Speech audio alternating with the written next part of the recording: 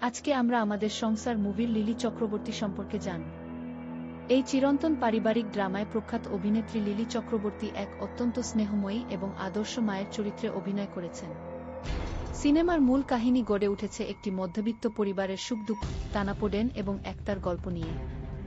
Lily চক্রবর্তীর চরিত্রটি হল পুরো পরিবারের মূল চালিকাশক্তি, যিনি নিজের ধৈর্য ও ভালোবাসা দিয়ে সংসারের প্রতিটি সদস্যকে একসাথে বেঁধে রাখেন।